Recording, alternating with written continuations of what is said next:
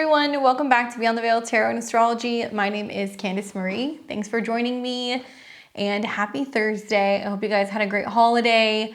We are back with part 2 of the most important transits for 2025 for the rest of the 12 rising signs. Today we're going to be touching on Libra through Pisces. So if you want to know what my thoughts are for the most important transits for the year ahead, I've got you guys covered. As a reminder, we already did the first 6 signs. So if you guys missed that video on Tuesday, make sure you check it out. I touch on Aries through Virgo, and we're going to continue on with this series. But if you want a deeper dive and you want to know more about the themes of the major planetary changes, the eclipses, the retrogrades, and how this is going to be impacting all of the 12 signs in depth, join me on January 1st, 2025, New Year's Day. I'll be doing a private webinar on the astrology of next year.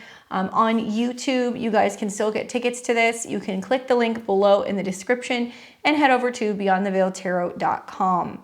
We also have lots of calendars. There's some beautiful 2025 printed astrology calendars with lots of ritual recommendations, crystals, stones, oils, all that stuff, and a profile on each of the 12 signs, along with a QR code where you get a 3-card tarot reading every month.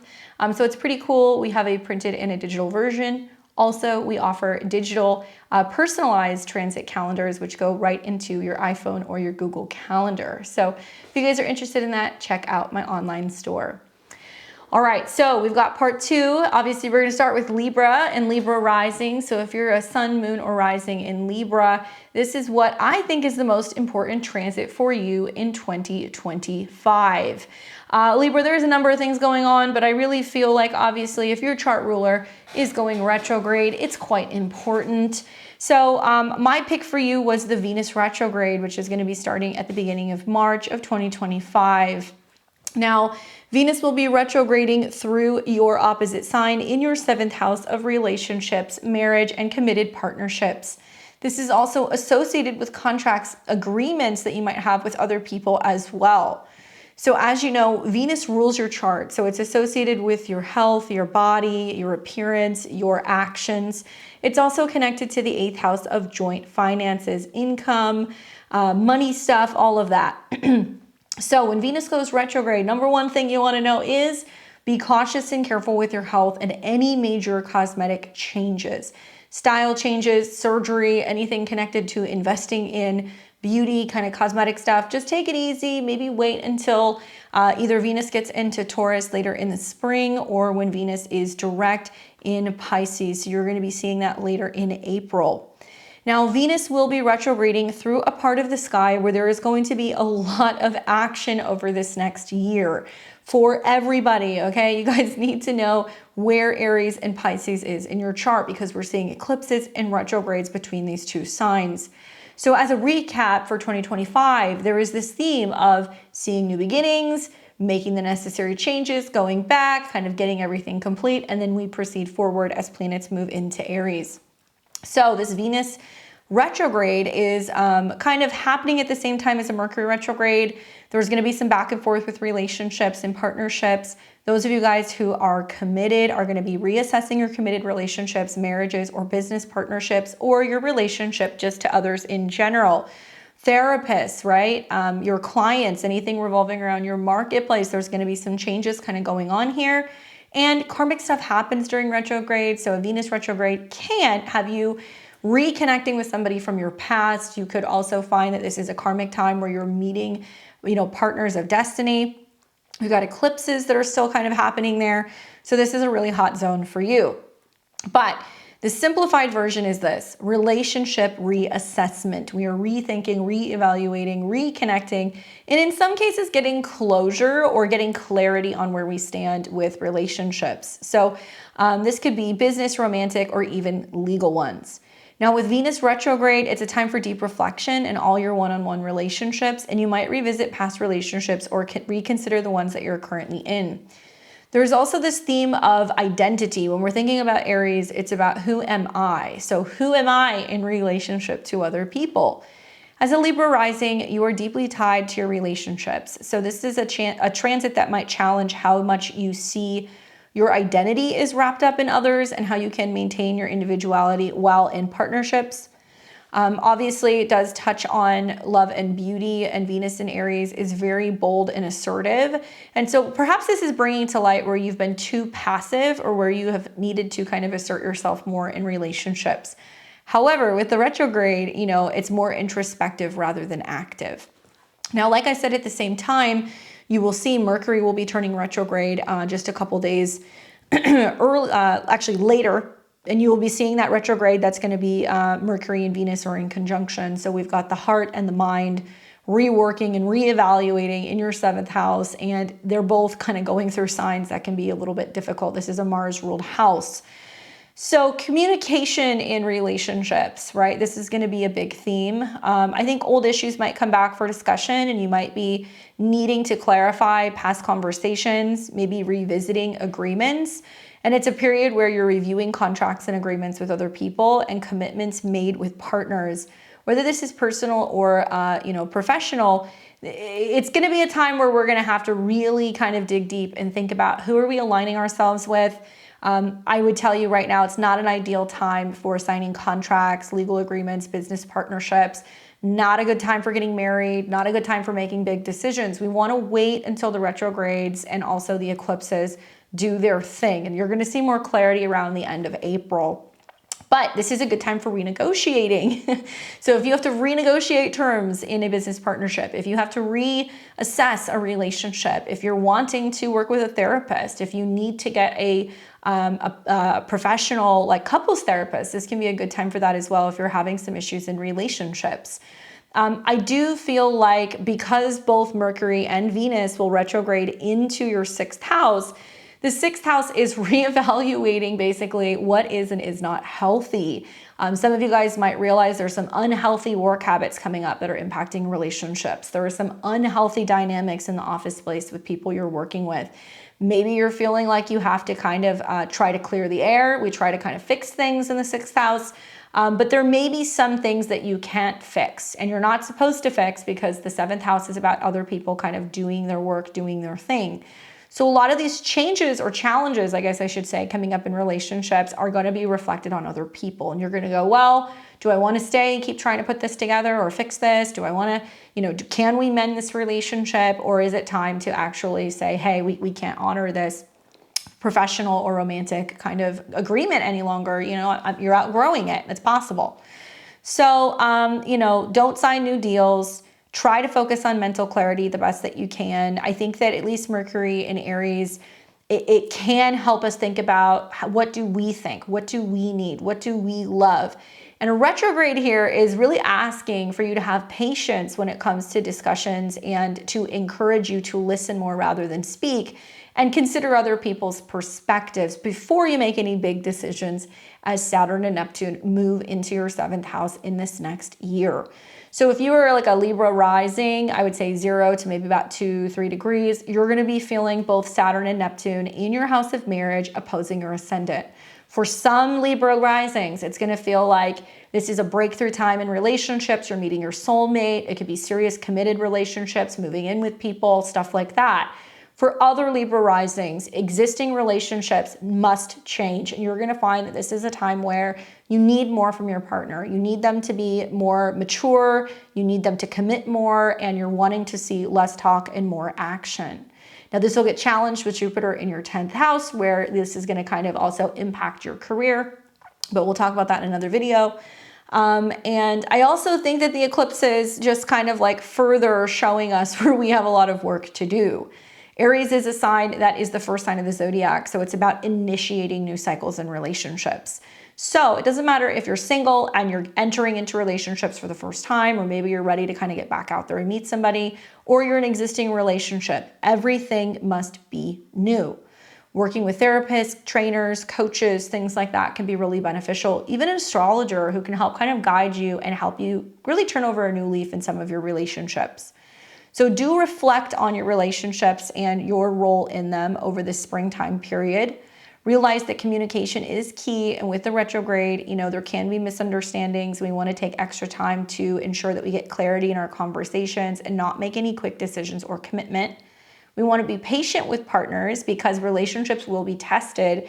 And patience, and tolerance is going to really help when it comes to getting down deep to some of the bigger issues that need to be kind of worked through. And it's going to encourage open, honest dialogue, but be prepared for some discomfort. Focus on being more assertive with other people, talking about what role you play in relationships and what you're hoping to achieve together and what you plan on doing. Yes, you may revisit some old past issues. Exes can come back. There can be, people who kind of reappear after not seeing them for a while. And you can also see people who remind you of people from the past. You can feel like you're repeating past cycles. But by the same token, this can give you an opportunity to finally clear things up that have been kind of looming for a while in relationships and start a new cycle or new pattern together. I wouldn't encourage new commitments in March and April. I would let this energy just kind of settle out. And as we're getting into the later spring and summer, it'll be better for getting married, getting engaged, starting new business partnerships, offering new services. And I would really encourage you guys to consider coaching, counseling, or therapy. If not, work with an astrologer or somebody who can kind of guide you and help you, because Saturn in the 7th house actually is a pretty great transit when you have the support of another person. So Libra and Libra rising, this is a profound transit for you, and it's all about balancing your need for harmony with your need for personal authenticity within relationships. It's about redefining partnerships and what it means to you, focusing on communication, and ensuring that your relationships supports your true self. Remember that this period is more about internal work and reassessment rather than external action. Let me know what happens, Libra. I'm excited for you in 2025. We've got Scorpio and Scorpio rising. What's going on, Scorpio? Welcome to 2025. Obviously, the year starts off pretty intensely for you, but I'm not surprised given your sun, moon, or rising sign. But good news is that there is major change on the horizon. For you, the year kicks off with your ruling planet Mars retrograde. So you're seeing that there is this ongoing storyline of reworking or reevaluating who you are out in the world. Maybe changing direction with your career, maybe you're retiring. Some of you guys are going to be going back to school. Others are just taking a bit of a hiatus from work before you're trying to figure out what you want to do in the long term. This will be happening until February of 2025, and then we will see Mars go direct in the sign of Cancer in your 9th house. I think that, this transit and the Pluto in Aquarius transit are equally important, not only because they're both your chart rulers, both modern and traditional, but they're in opposition to each other. So you're seeing this friction between, what's going on and what changes are happening in the home and how is that going to be impacting my career. And oppositions are tense. So you are seeing this tension now, kind of end of December into January 2025. You're seeing it again in April of 2025. And then it's going to kind of ease up a little bit. And later in the year, Mars will go into your sign. So you're going to be really cooking with gas in the fall of 2025. It's going to be an amazing time for you, Scorpio. The only thing you need to focus on is where you're getting pulled in two directions.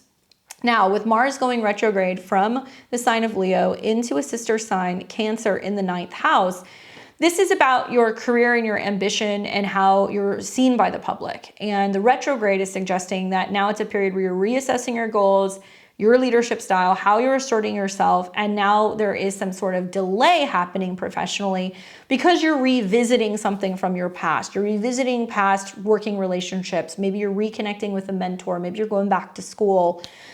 So for you, there is this sense of like ego checks that can happen with Mars retrograde. Lessons in humility can happen with this transit as well.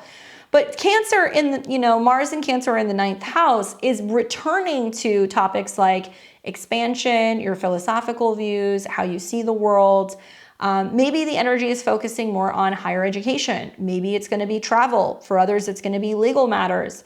But the retrograde is pushing you to reflect on your foundational beliefs, possibly leading to a change in your perspective that can help you realign your life and your values so that way you can do work your way.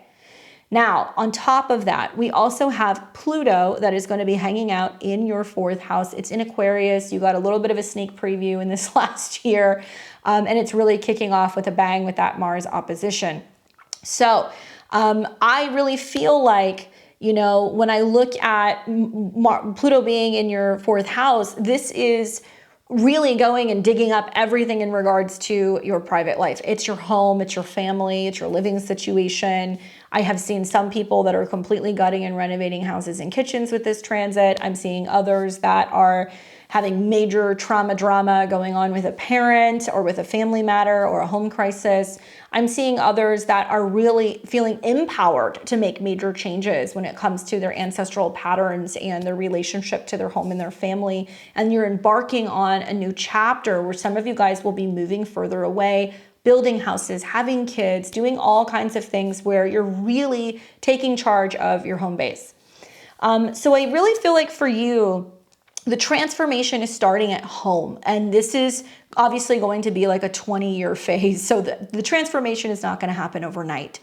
Granted, at some point throughout the year, you will see Uranus in your 8th house trining Pluto. So a lot of the changes that come from your home will be due to changes with your money, inheritances, sudden opportunities for windfalls, investments paying off, your partner coming into some money, right? And also loans and family money. Somehow that's going to transform your home base. Anyway, I do think that this is about bringing about profound changes and revelations in regards to family dynamics, your sense of home, or even your past. Like I said, it could be a literal move, a transformation with the family, or a deep psychological shift in how you understand your roots. The themes here are power dynamics with family, emotional security, transformation of the home environment, and healing your past wounds. So for Scorpio rising, expect intense emotional and personal growth. But the good news is it's going to be private. Whatever is happening, it's not going to be kind of impacting you in the world. Maybe because you're taking a step away from work to kind of deal with some of these changes. You know what? It's going to be easier to navigate. I think it's encouraging you to really face and integrate your shadow aspects for personal evaluation and to make positive changes for your home and your emotions.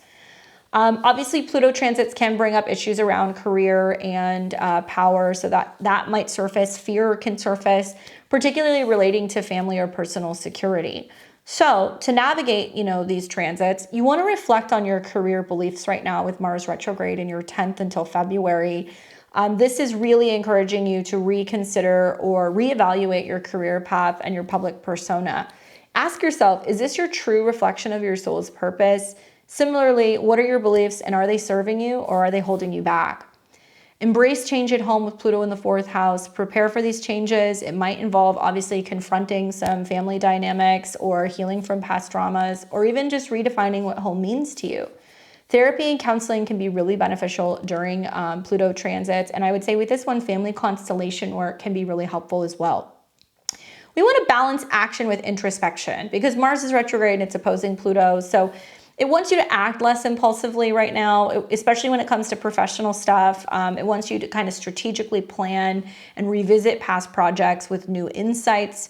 While Mars dips into Cancer, it's going to be providing you with the opportunity for emotional intelligence and really emphasizing emotional depth, and I think maybe working on emotional reactions, especially when it comes to career or family settings. Be patient, know that you're reassessing a lot of things. This is also due to the fact that you have a lot of inner work to do this year. And I do think that if you can be flexible and adaptable, which I know are not your favorite words, I know I'm a fixed sign too, then it's going to allow you to move through this change a little bit better. It's very obvious there's either a change on the home front or a change on the work front, and they're impacting each other. So if you can be flexible and also be open and embrace change, it's really going to open the door to new beginnings in both of these areas of your life. Now, in regards to the transit of the Mars retrograde, I think a lot of this is about also asking yourself, is it emotional or ego-driven actions, right? Especially when it was in the sign of Leo.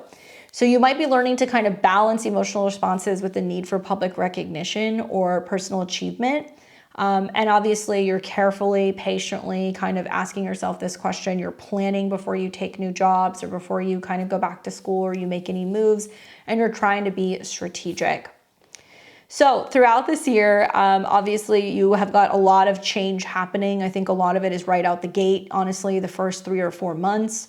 But it's really saying together, both your 4th and your 10th house transits, you can definitely innovate and transform your life on a very deep level. Multiple levels you can kind of get things done.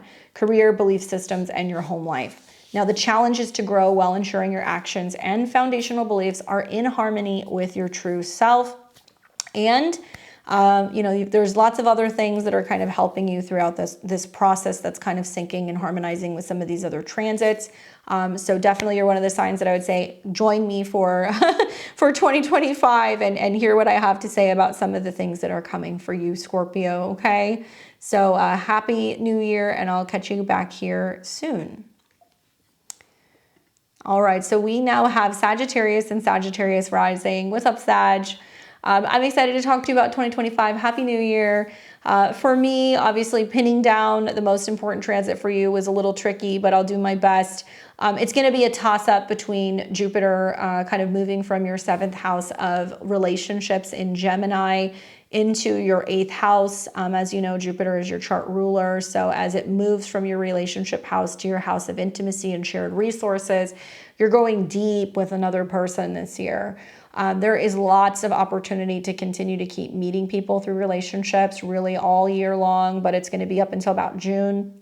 At the beginning of June, we will see Jupiter leave Gemini and go into Cancer. The other transit that I think is also really important is you're going to be seeing Uranus coming into your 7th house of relationships. So there's a lot of relational things that are going to be kind of changing for you this year. Essentially, Jupiter in the 7th house, right? You have this transit every 12 years. Pretty much half of 2024, we've had Jupiter in Gemini, so you've already experienced some of that expansion.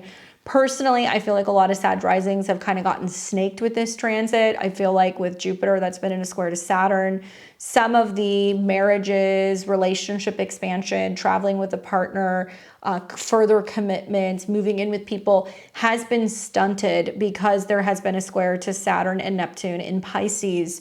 So it's been really keeping you landlocked, feeling heavy, maybe stuck in the past. There's been some family or some domestic issues or even some property or real estate matters that have created some snags when it comes to being able to be with the people that you want. Some Sag risings have had to take care of an elderly parent or relative. Others have, literally been struggling trying to figure out where they're going to live or where they're moving to. And that has also delayed getting out and meeting people. But the good news is that finally in the new year, you're breaking out of that Saturn-Neptune square. So you're going to start to reap the rewards of having new relationships, and things get really, really good for you guys in March and April when you're having eclipses in your 5th house of true love and romance, and some retrogrades there as well. I predict many Sag and Sag risings who are single are probably going to meet the love of their life. They're probably going to realize it's the one. Things are going to progress very quickly. And then you could be off to, serious commitment land. I also think that those of you guys who are in committed relationships, it could be about having children. But I like right around June, the beginning of June, when Mercury and Jupiter are coming together. So there could be some real positive announcements or a meeting of somebody significant. And then your chart ruler goes into your 8th house. So know that this is a year where Jupiter in your 7th is going to bring relationship expansion. And if you're committed already, it might just bring a new beginning in regards to relationships, reconnecting, traveling, communicating better. Equally, Gemini could be your siblings. It could be your neighbors. So these people, you might be more interacting with them than usual. And then Jupiter is going to go into your 8th house. So partnerships, marriage, one-on-one interactions, clients, right? Your marketplace. You might have a lot more interaction with other people, and this can bring you growth and abundance because Jupiter wants to bring you good things. So Gemini's influence here is more about communication and variety and intellectual connection and within relationships and that becoming highlighted. So traveling, learning, communicating with your partners are going to be really important. Yes, new connections. So if you're single, there are opportunities on the horizon for you to meet somebody. I think especially up until about June, that's when it's going to be the most prominent. And there's potential for, partnerships that teach you and they help you kind of expand and have new experiences. Now, I think that this is also about being optimistic about your partnerships. This might be opportunities for legal agreements or business partnerships as well. And this period is likely going to be very, very social for you. Then in June, you're going to see that Jupiter is going to dip into Cancer, where it's going to stay for the better part of a year's time. So that's going to take you into 2026. This is a house that is about merger, okay? Deep emotional, psychological connection. This is about healing. This is about joint resources, taxes, and it could be about spousal support, child support. It could be about paying off loans, getting loans for mortgages, and some kind of wealth coming to you. And whether it's through a partner or it's an unexpected lump sum or something that shows up, I would just kind of expect that at some point within that 12-month period. What this will bring you is deep transformation and also opportunities to go deeper when it comes to intimacy or spirituality, developing your intuition or learning more about mysticism. Jupiter here is exalted, so it's going to do really well. It's going to really help you focus on emotional depth and nurturing, and it can bring growth through emotional bonds, financial investments, and spiritual pursuits. But I think that there is emotional and financial growth. I think you're going to see an increased shared resources deepening, and that'll make you feel more emotionally secure. So you could be buying a house with a partner, you could be investing with a partner, you could be merging your finances. And I also feel like you're going to be drawn to psychology, spirituality, and anything that is going to be about emotional healing. So this can also be a good transit for therapy, anything revolving around therapy, especially involving grief, things from your childhood, things kind of connected to like family dynamics and helping you heal. So look forward to significant changes with relationships, increased finances, deeper emotional connections, and new beginnings. In the realm of Uranus in your 7th house, I mean, wow. So it's like you go through this sugar high of having Jupiter in your relationship house, and then suddenly there's this merger. And then you've got Uranus in your 7th house. I mean, I'm going to be honest with you guys. Some Sag risings will get pregnant, okay? Because you're going to have a retrograde and an eclipse in your 5th. And then suddenly you're going to be like, well, we're getting married, and Uranus is in your 7th house, right? So Uranus in the 7th house could mean there is suddenly, an unexpected situation in a relationship, and then boom, you elope, or there's an unexpected proposal. It could also mean, for those of you guys who are in committed relationships, if you're not feeling the love, you may be feeling like, okay, I am feeling disconnected or, separate from this person. And then there can be spontaneous changes in existing relationships and commitment. Uranus is a planet that can be about divorce, and not every Sagittarius rising will get divorced, but some of you guys will realize that you need more, you want more. And then there can be the sense of separating and making changes with relationships. And this could be conversations you have about freedom in your relationships. This could be also saying, hey, do we open the relationship? Do we have more than one person? Do you not want to have a traditional committed relationship? Or are you just freeing your mind more and you're communicating better with a partner, and maybe you're traveling with a partner? Any of these things are possible. All I can tell you is that expect the unexpected with Uranus in your 7th house. There could be some stress and tension with a relationship with a sibling because Uranus is connected to your 3rd and Pluto is there as well. I've seen many things with Uranus transits. I've seen, clients who Uranus enters into their 7th house, they get divorced, and then it leaves their 7th and it goes back into their 6th, and then it comes back into their 7th, and then within a year, they're engaged to somebody new.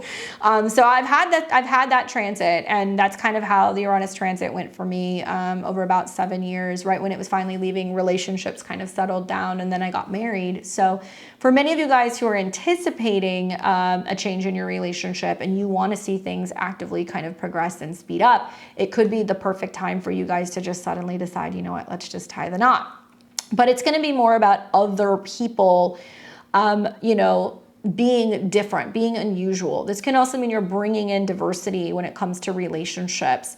I think that this is also going to be really kind of highlighting where, there could be some communication challenges, right? Gemini.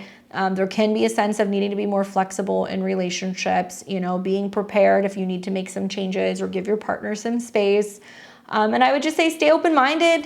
This can be actually really fun if you stay open-minded, and if you're open to the idea of commitment or settling down, if you've been resistant, or of having a little bit more freedom in existing relationships, it can actually be really beneficial for you.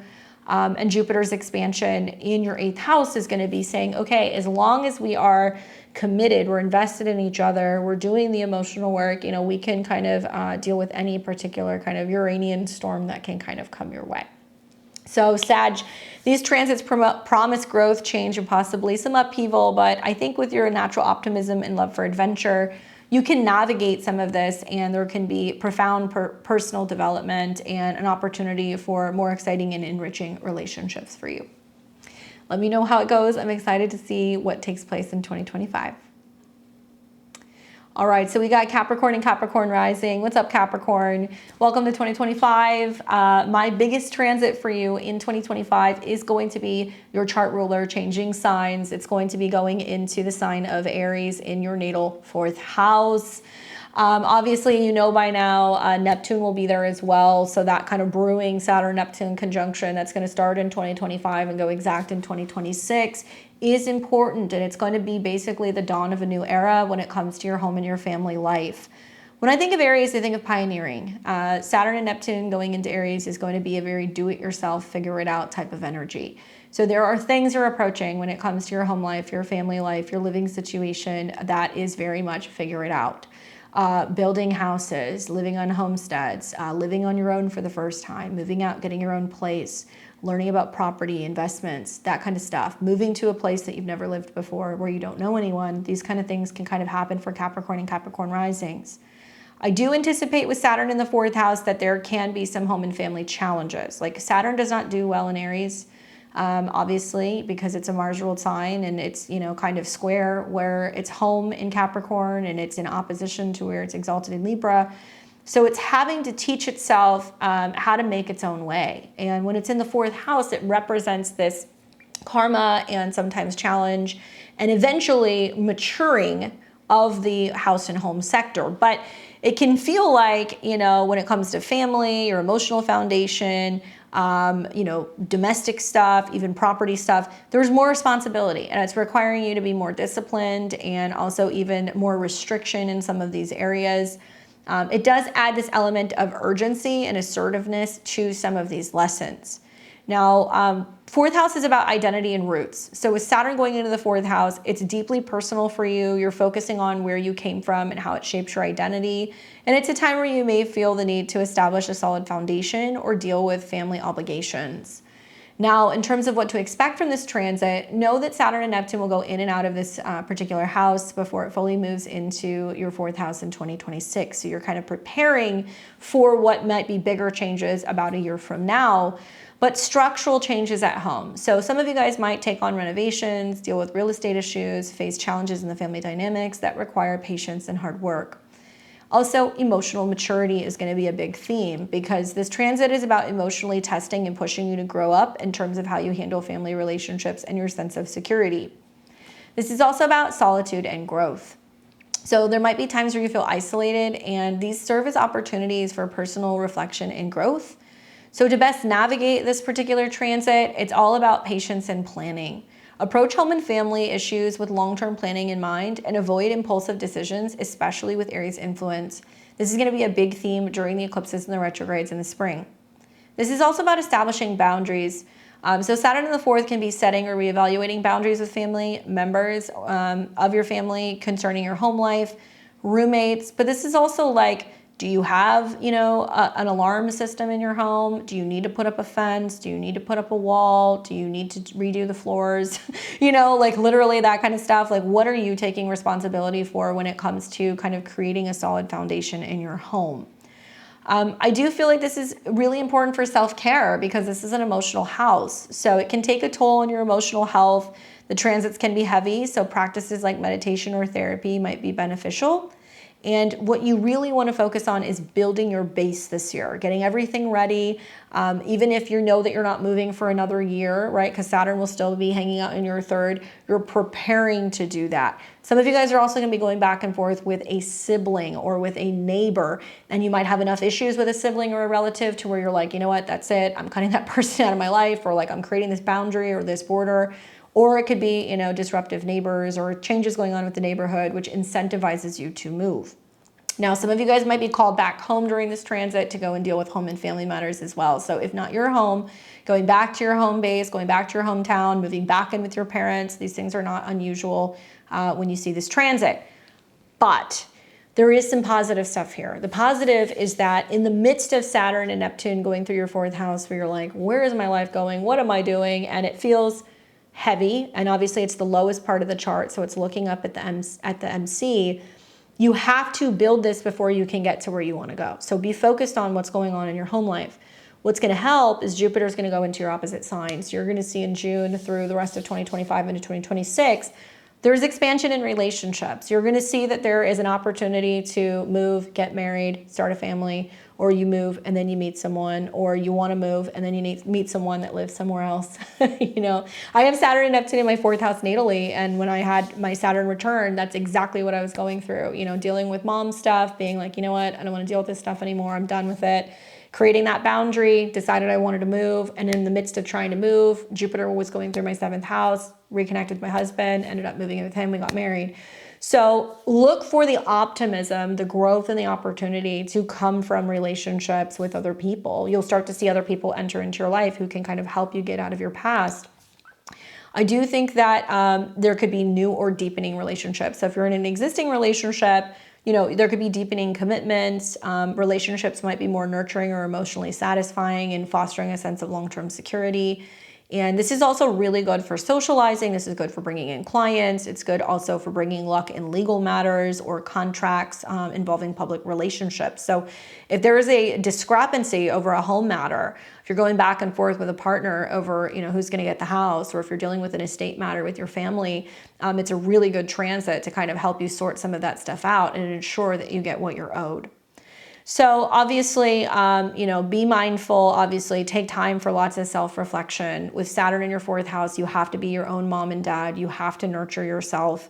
This requires you to take your time, right? And really think about the foundation of the life that you're kind of building.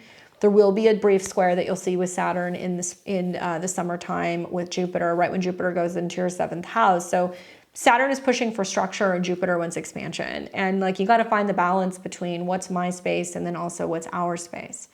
And it may mean that, you know, you have to find that middle ground, and you don't let any one transit overshadow the other one. You can't say, well, I'm so focused on my home life, I can't date, or I'm so consumed with dating that, you know, my home is kind of in shambles. You have to find the middle ground there. Look for personal growth. I mean, I think that Saturn teaches you that you have to be a little bit more obviously strict and responsible. But if you can get your home in order, I think it's going to help improve everything else in your life this year. This is also about maintaining that sense of long-term perspective and keeping a long-term view into where you want to be, you know, 30 years from now, or even just the immediate next 3 while Saturn is in this house.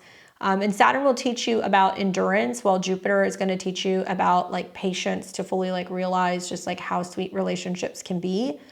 And I think it's going to teach you a lot about emotional intelligence as well. The 4th house will do that. I think the 4th house can definitely be about profound, you know, opportunities where you're dealing with this vast emotional like landscape, and, you know, your home and your relationships are 2 in 1 and the same. So the way that you're going to navigate this is by cultivating emotional intelligence during these times, and you're going to learn how to kind of process emotions and deal with things and not feel like you're kind of isolating or icing yourself out. So with these transits this year, Capricorn, I really feel like, yes, it may seem challenging, but I feel like it's going to be incredibly rewarding. I hope you embrace the growth opportunities because this is going to be a brand new beginning when it comes to the future of your house and home. And so for some of you guys, you may actually be building, finding, or creating the home of your dreams. Okay? Good luck. Let me know what happens. We've got Aquarius and Aquarius rising. What's going on, Aquarius? I hope you're doing well. Obviously, the year is kicking off in a very big way for you in 2025. You know, you're starting the year with not only Pluto in your sign, so you're going through this whole period of complete reevaluation, purging, reimagining, like the phoenix, you know, kind of being reborn in the flames. And you have Mars that is currently going retrograde in your 7th house of relationships, and you're dealing with that off and on basically until about April of this year. This can mean that relationships are changing and it's pushing or enforcing, change upon you. It can mean that you are coming into your power, you're becoming more kind of assertive and direct, and other people aren't reacting well to that. But it can also mean that you changing is making you realize that relationships need to change as well. So Pluto going through the first house, you will have this for the better part of the next 20 years. If you have Aquarius placements 0 to about 3 or 4 degrees, you're in the line of fire. You will be feeling this Pluto transit throughout this next year. I feel like this is about personal transformation in your first house, whether this is your identity, your appearance, anything revolving around how you look and how you kind of carry and present yourself. You're being called in this next 20 years to reinvent yourself and really delve deep into your identity and shedding what no longer serves you. Now, Pluto deals with power and control, right? It has this association and connection with Scorpio, your 10th house career lord. So this is going to be about dealing with some of the issues of control, stuff that's coming up in your subconscious. You might find that you need to address some of these themes in your own life and possibly confront past fears of control issues relating to your self-image, okay? So it can be about how other people see you, how you've been portrayed, at work, how you've always been known to work in a certain job or a certain occupation. And it will have a big career impact. It will. Because Pluto rules your 10th house and it's on your ascendant, you are directly now, I think, impacting and affecting changes that are going on in your professional life. So changes in how you present yourself might influence your career trajectory or your public image for good or for bad. So be mindful. Some Aquarius or Aquarius risings might feel like they're kind of like in their villain era. Obviously, all the fixed signs are having this on an angular house, but I really feel like probably the ones that are going to be the most obvious are going to be my Aquarius and my Taurus and my Leo rising. Scorpio gets a little bit of a pass finally, but it's going to be more obvious that some of the bigger changes that are kind of happening with that on your first house cusp. Now, I do feel like there can be this feeling of an identity crisis that can come through, but that crisis leads to purification and some kind of evolution. So it might feel like a significant shift in how you perceive yourself or how other people perceive you. Major changes in your personal style, life direction, or even physical appearance. I mean, are some of you guys going to go through a goth phase with Pluto in your sign? Are you going to start dressing like the Matrix? I mean, let me know, what's influencing the way that you kind of dress and your style. Do you feel like you're dressing in a way or carrying yourself in a way that you feel empowered, right? Perhaps it could be putting on like your power suit. I think this is also about intense personal growth and really pushing you to explore, depths of your psyche and things that you would have otherwise avoided about yourself. And you're being asked to kind of have this rebirth in how you express yourself individually. I think to best navigate this, expect that there is going to likely be a possible new career path opening up for you, new shifts in your current job, or just reinventing yourself. To navigate this period, you have to embrace change. And that's the thing with the fixed signs is they don't want change. And the change that's being brought on right now is through relationships. You will have another period of change when you get into like Scorpio season. You'll see Mars also go through your 10th house, and that's going to be a big career shift. And then you're going to, kind of deal with some of the squares as you work through the year. I don't think this is a bad thing. I think it's good. It's like you have to be the change that you want to see in the world. It has to start with you. And so whether it's your relationships, your career, your home, you're the one who has to say, you know what, this ends with me, or this has to change here, or I'm not letting this go any further. And it might feel like you have to put your foot down a little bit, but I would say change can be a good thing. Self-exploration like therapy, meditation, or journaling to better understand these changes and reflect on them can be really helpful during the Pluto retrograde periods. Really take time to evaluate, power dynamics, be mindful of power plays, both within yourself and also your professional environment, and aim for empowerment rather than control. Now, on the positive side of some of the transits next year, your modern day ruler, Uranus, is changing signs. It's going to be going into Gemini in your 5th house. And good news, it'll be an aspect to Pluto. So part of this professional or personal change or identity shift is connected to Uranus in the 5th house trine Pluto, where honestly, such a fun transit. I was thinking about this transit when I was creating this video, and I was like, was I just 15 years old and like kind of getting into some mischief, or was it Uranus in my 5th house? I don't know. But I think about that transit over like a 7-year period, and it was basically, it was like when I was like 14 to like 21. And those were years where there was lots of stuff, lots of partying going on, lots of getting into trouble. And that can happen. It doesn't matter how old you are with Uranus in your 5th house, by the way. Suddenly you're taking the planet that is about unexpected changes and innovations and freedom and kind of, party animal, and you're putting it into the 5th house. So the good thing that can come with this transit is there can be creative and self-expression opportunities. So you can definitely focus on creativity. There can be love affairs, there could be unexpected children and pregnancy, and lots of focus on pleasure and innovative changes creatively and romantically. I would expect unexpected developments with this transit because it brings a sense of unpredictability. You might be experiencing sudden shifts in your love life. You might have sudden hobbies and creative projects you're obsessed with, and you might potentially take a hobby and turn it into a business. I do feel like this is just really focusing on how you can enjoy life. And when I take it a step further, it's in Gemini. So I'm like, oh, are you, hanging out, talking to your kids more? Do you decide that now you want to start a business that is going to be connected to learning or technology? Do you start some kind of creative writing? Do you decide that you want to have a blog, a podcast, a YouTube channel? Like you're going to create something basically. And if it's not something you create, then it will be, it'll take the form of like a new creative, unexpected, like romantic relationship, or it could be that there could be a pregnancy. Uranus in the 5th house can definitely bring that. I think about the creative breakthroughs that you may have with this, and that even though, your approach to creativity may be a little bit more experimental, there can be amazing new ideas and projects and concepts that can come from this. Do expect love life fluctuations. Do expect, if you have kids, that they're going to be all over the place. It doesn't matter if they're 2 years old or if they're like 27, you're going to notice that your kids are just going to be a little wackadoodle. And it's okay. It is what it is, because you're going to be looking at things being like, I also need to learn how to play. I need to learn to experience joy. So if you have children or if you're around children, expect them to bring unexpected elements into your life. And some of you guys might consider starting a family, but it happens in an unusual way.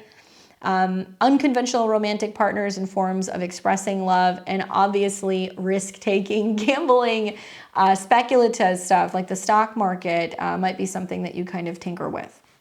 So to best navigate these transits, be innovative, right? As you always are.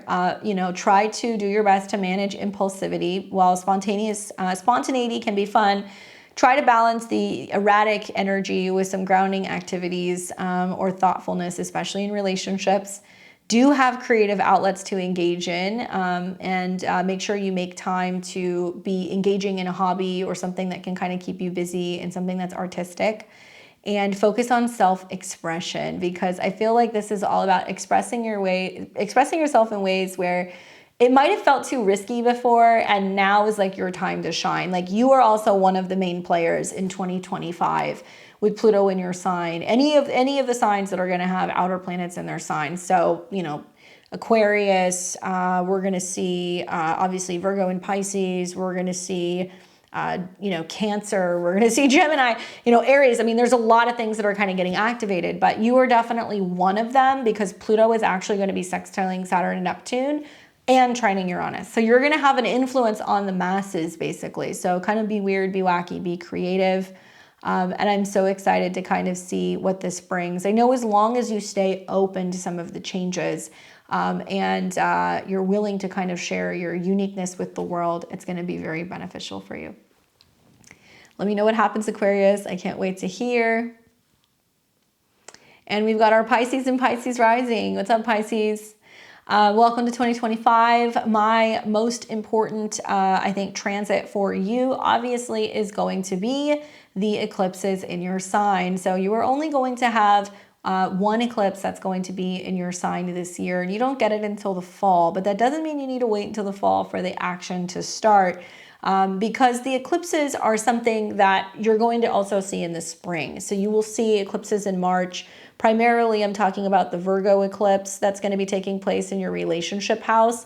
When that eclipse comes in March, it is going to be putting the sun in your first house and the moon in your 7th, where there's big relationship stuff coming up.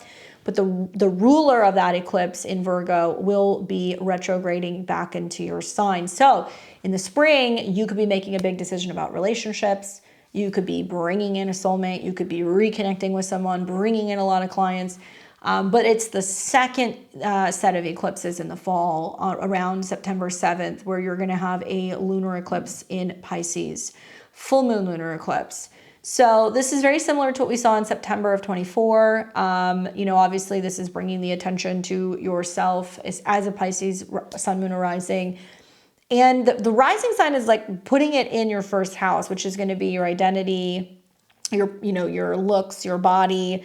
And it's going to be feeding off of Jupiter. Okay. So if you're a Pisces or a Pisces rising and you have been wanting more romance, if you've been wanting more creativity, if you've been wanting to get pregnant, if you have wanted, to start your own business, there are magical things happening with this eclipse. Maybe the eclipses the first half of the year feel a little rocky, but this one in your first house, trining Jupiter, your traditional ruler, in its exaltation in the 5th is like chef's kiss astrology. Essentially, you got the North Node now for the next 18 months going through your first house. You're going to see that in January, and that's also ushering in these eclipses.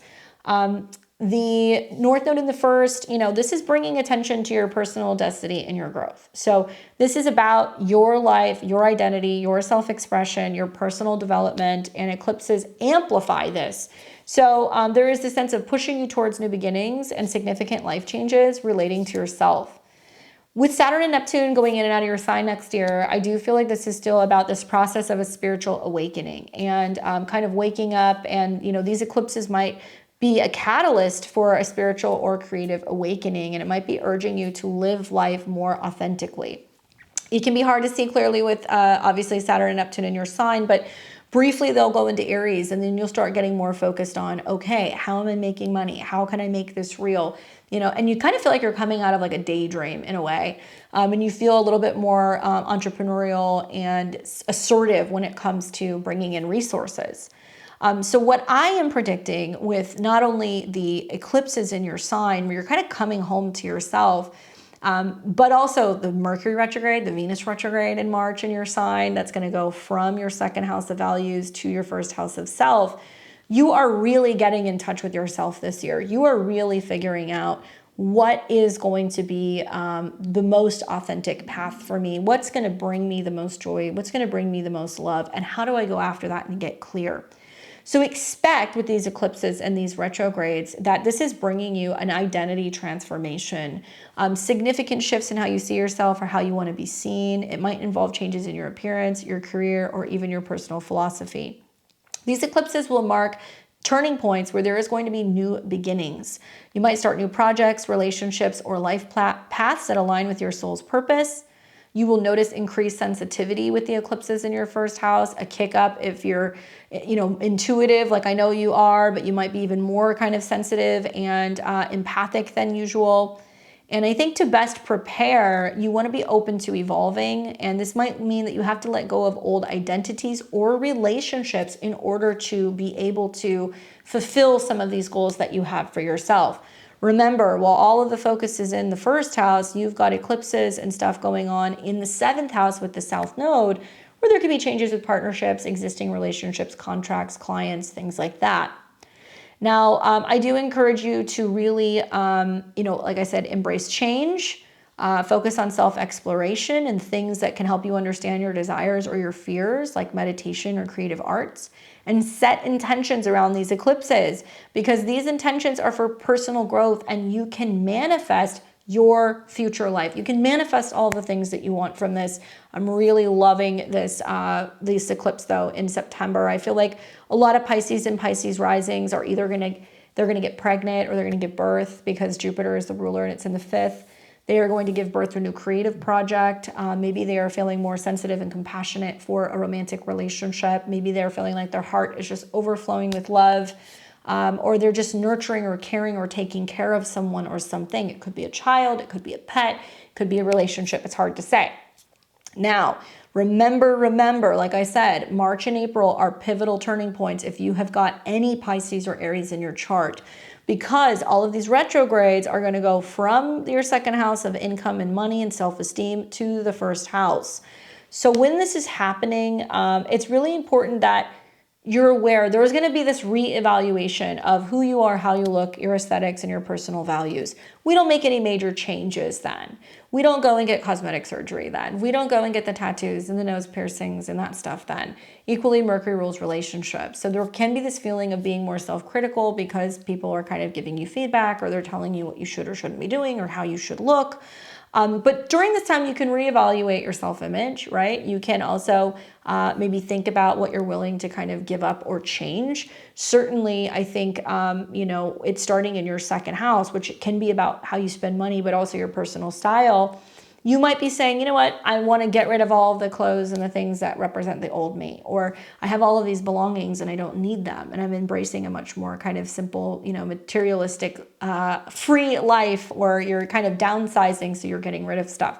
So that could happen there as well during the retrogrades and the eclipses in March and April. Just be mindful there can be some communication challenges with it retrograde in your sign. But I think to best navigate this period, just be patient, reflect on relationships, really, really look forward to the Jupiter transit in your 5th house. This is going to be bringing you guys so much expansion with creativity and with romance. I think with Jupiter exalted and Jupiter being your traditional ruler, it's saying that there is going to be so much growth when it comes to whatever brings you joy. And I would be expecting basically new creative projects, new romantic opportunities, more pleasure in your life. You might be engaging in things that make you feel happy. I think you will also be open to new experiences that involve love and creativity. And this is a time to say yes to life's pleasures. Your emotional expression will also increase, and you will probably be expressing your emotions through creative outlets in your relationship. You'll notice that there is more of a nurturing kind of, tendency that's going to come up for you with Jupiter being there.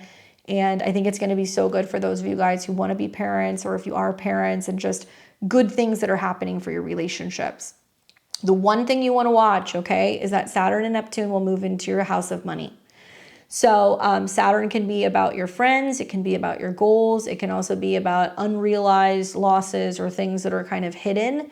So with Saturn and Neptune moving into your 2nd house, there can be some issues with a financial fog. You can also sometimes feel like you want to invest yourself or be making money in creative or spiritual investments. So that can bring some people spiritual gains as long as it's legitimate.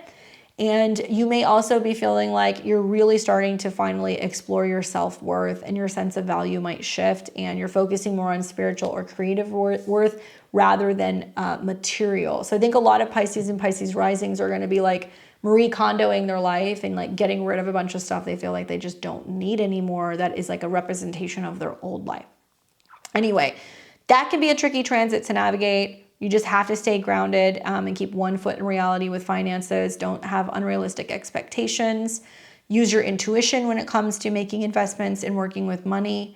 And you're also really going to be wanting to evaluate your self-worth and having the necessary boundaries that you need to with other people, so they're not draining you financially, or they're not kind of taking swipes at your self-esteem. So lots going on for Pisces, obviously. Lots going on for everybody. But I feel like with these transits for you, there's lots of personal growth. You are now coming into a completely different phase, and it's going to be really interesting to see how this kind of unfolds in 2025 and 2026 for you. I think there's so much opportunity for creativity and spiritual exploration this year, and it's all about aligning your outer life more closely with your inner world. I hope this is helpful and inspiring for you guys for your transits in 2025. I look forward to kind of seeing what happens. And of course, I'll be here along the way. I'm here every Monday. Hello, I'm here every Tuesday, Thursday, Friday, and Sunday. Hello, I had to get that right. Tuesday, Thursday, Friday, and Sunday. Using astrology and tarot, trying to make sense of what's going on in the cosmos. We are so close to 40,000 subscribers. So please do me a favor, click the bell button below. Subscribe to the channel, give me a thumbs up, and leave me a comment and let me know what's happening in your chart. What do you anticipate? What are you feeling for 2025? And if you guys want a deeper dive into this stuff, join me on January 1st, 2025 for the astrological New Year presentation, and we will dig deep even more into what some of these transits mean for the 12 rising signs as well as the collective. I'm wishing you guys a happy new year. I hope it's a good one. I will be back here on Sunday. You guys are watching this early. I filmed this because I'm traveling this week. So I will be not here for my live on Friday. So I'll miss you, but I will catch up with you guys on Sunday, and we'll do the astro weather and talk about what is coming up for the week ahead. And with that being said, I'll catch all of you guys here very soon. Enjoy the rest of your week.